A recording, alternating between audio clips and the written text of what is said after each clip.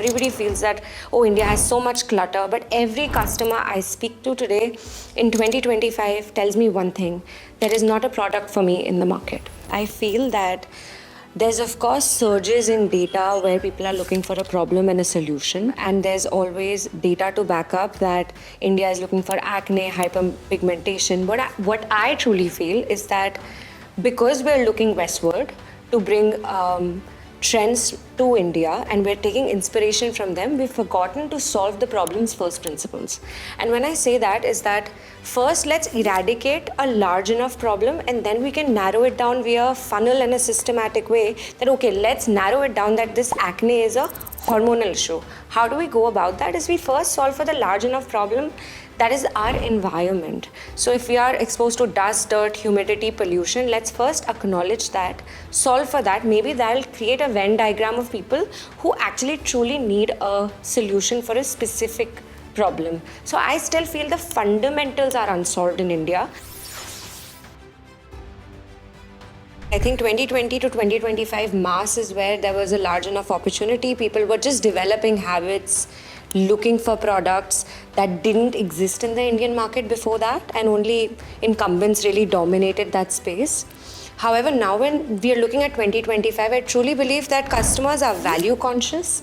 They aren't as much price sensitive to that degree that they used to be. There's two ways to do that. One is you really go out in a mass price point, which in personal care at this point I think has graduate to a 500 rupees, 4 to 500 rupees, or you focus on building a large enough brand that sustains past all the clutter. We are today building in 2025 and looking at a price point which is customer acquisition point that is much higher, a much more crowded space.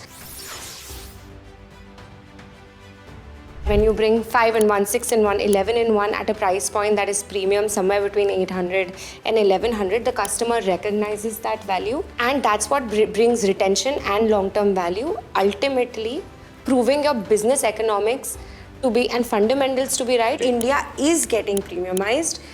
There is a reason that today my 16-year-old niece is using a 1,000 rupee shampoo. Everybody is graduating to understand ingredients better and really understand what suits them.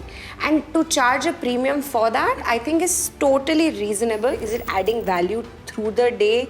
Is it actually delivering the formulation to the body in a manner where it's adding value? Not that it's just looking pretty. Is it providing instant results? And is it actually truly multi-purpose? Can they use it for many things in their day? If you can convince that value proposition to a customer, you can charge them a premium for it. I believe value has so much nuance, at least in personal care, very different from color cosmetics. I do agree that your subcategories it's endless, to be very honest. In personal care, however, we have to be very thoughtful as founders, are we truly bringing any value to the table?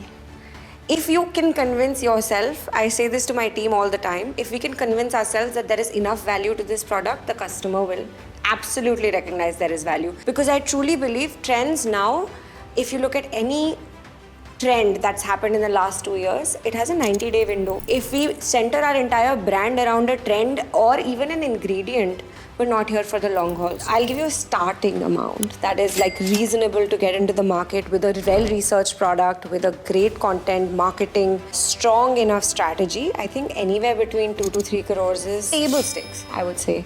And I know that seems like a very heavy investment. I mean, I'm sure there are people who are doing this themselves, bootstrapping it. I don't want to deter them. It's not that that's what you need to make a big enough company.